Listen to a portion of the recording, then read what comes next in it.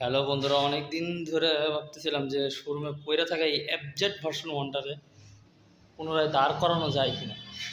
আগে থেকে দেখানো ভালো যে এটার এই যে ইঞ্জিন যে কানেক্টরটা থাকে, মানে ইঞ্জিন ধরে থাকে যে পার্টটা, এই পার্টটা কিন্তু ভাঙা, অলরেডি ভাঙা। আর এটা এর আগেও ভাঙছে, এই যে জোড়া আছে। তো দেখা যাক এটাকে আবার দাঁড় করানো যায় কি। গাড়ি অলরেডি গ্যান্ডিংয়ের কাজ শুরু হয়েছে, গাড়িটার চ্যাসিসের রঙগুলো উঠানো হচ্ছে। আর এই যে জায়গাটা জোড়া, এটা পরে দেওয়া যাবে। আপাতত রং উঠে যায়, এটা প্রপার করার চেষ্টা করছি, মানে যে চ্যাসিসের যে অরিজিনাল কালারটা, মানে যে স্টিল কালারটা ছিল সেইটাকে আনার চেষ্টা করতেছি। আর এটা আমাদের ছোটো ভাই যে কাজ করতেছে, যেহেতু গ্লাসটা যার কোনো ওর হেলমেট দেওয়া হয়েছে, হেলমেটটা কাজ করতেছে। আর গাড়িটার সাইলেন্সার ওখানে আছে, আর অনেক কিছু আছে।